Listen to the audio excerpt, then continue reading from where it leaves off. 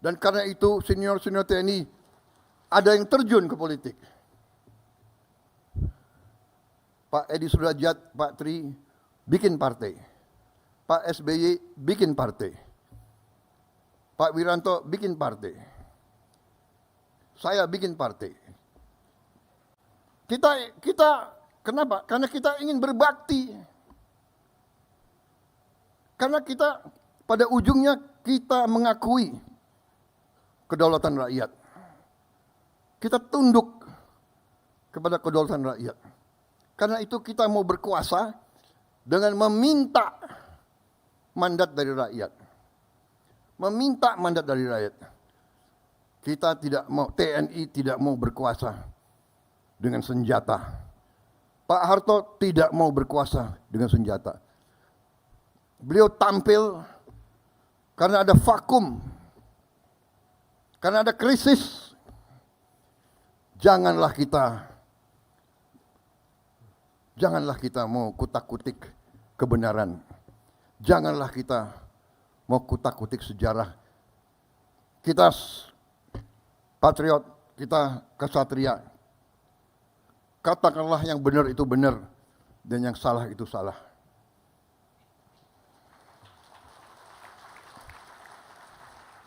Semua pemimpin berjasa. Saya di sini, saya bisa maju, saya bisa punya keyakinan bahwa kita akan banyak hasil karena landasan yang dibangun oleh pendahulu-pendahulu sebelum saya. Kita harus akui itu. Nggak mungkin kita membangun dalam 5 tahun, dalam 10 tahun. Tidak ada negara yang dibangun dalam 10 tahun. Tapi apa yang dilahirkan oleh presiden-presiden kita, dan tidak hanya presiden. Membangun bangsa itu tidak hanya 1-2 orang. Jadi saudara-saudara, apa yang saya ingin sampaikan? Saya ingin sampaikan bahwa kita sebagai punawirawan dari segi kedinasan benar kita sudah menyerahkan kepada generasi selanjutnya. Tapi sebagai patriot, sebagai warga negara, kalau kita masih punya kemampuan, kalau kita masih punya semangat, kalau kita masih punya sesuatu yang bisa kita sumbangkan kepada negara dan bangsa, ya kita harus menyumbang apa yang kita bisa sumbangkan. Karena itu saudara-saudara, kita hargai semua sikap, semua pendapat, tapi tentunya kita harus belajar dari sejarah. Kita harus lihat kenyataan yang sedang berlaku. Bahwa di dunia ini sekarang ya, hanya yang kuat yang survive. Ini fakta dan kenyataan. Negara-negara yang tidak kuat punah. Kenapa dia punah? Dia tidak mampu bertahan. Kenapa dia tidak mampu bertahan? Karena dia tidak bisa mengamankan sumber-sumber kekayaan dia sendiri. Kalau suatu bangsa tidak bisa menguasai sumber kekayaan sendiri, bangsa itu miskin. Sangat sederhana. Saudara-saudara sekalian. Dan kita harus mengerti, mantan prajurit ini harus mengerti. Perang kita tidak inginkan. Perang dahsyat. Tapi kadang-kadang kita dipaksa untuk perang. Kita dipaksa.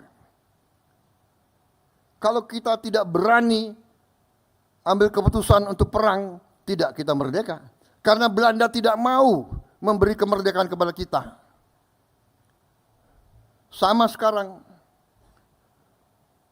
Kita lihat apa yang terjadi di dunia ini. Yang kuat akan memaksa yang lemah. Karena itu saudara-saudara, saya sampaikan di mana-mana, kita harus sadar bahwa Indonesia selalu akan diganggu dan sedang diganggu. Kita tidak mau ganggu bangsa lain, tapi bangsa lain mengganggu kita. Kenapa? Karena kita kaya. Kita punya nikel terbesar di dunia. Kita punya boksit ke-6 terbesar di dunia. Kelapa sawit kita terbesar di dunia. Jangan kita anggap enteng kelapa sawit. Kelapa sawit sekarang sudah menjadi komoditas kritis, strategis. Setiap saya kemana, negara-negara mana, mereka minta, yang mulia, tolong kelapa sawit Indonesia kalau bisa prioritas kepada kami. Mesir, Pakistan, India, bahkan Eropa. Ternyata dari kelapa sawit ada 65 atau 67 produk. Di antaranya kita bisa bikin BBM dari kelapa sawit. Negara kita sesungguhnya tidak perlu import BBM sama sekali dari manapun. Dan kita harus tahu, kita import BBM hampir 40 miliar dolar satu tahun. Padahal kita sebenarnya tidak perlu import. Dan saya dalam pemerintahan yang saya pimpin, saya bertekad bahwa Indonesia dalam 5 tahun akan datang harus swasembada BBM, harus swasembada energi. Dan nanti ada yang bertanya, apa bisa? Gitu. Harus bisa. Nah ini semangat yang ditanamkan oleh Angkatan 45, semangat tidak mengenal menyerah, harus bisa. Merdeka atau mati.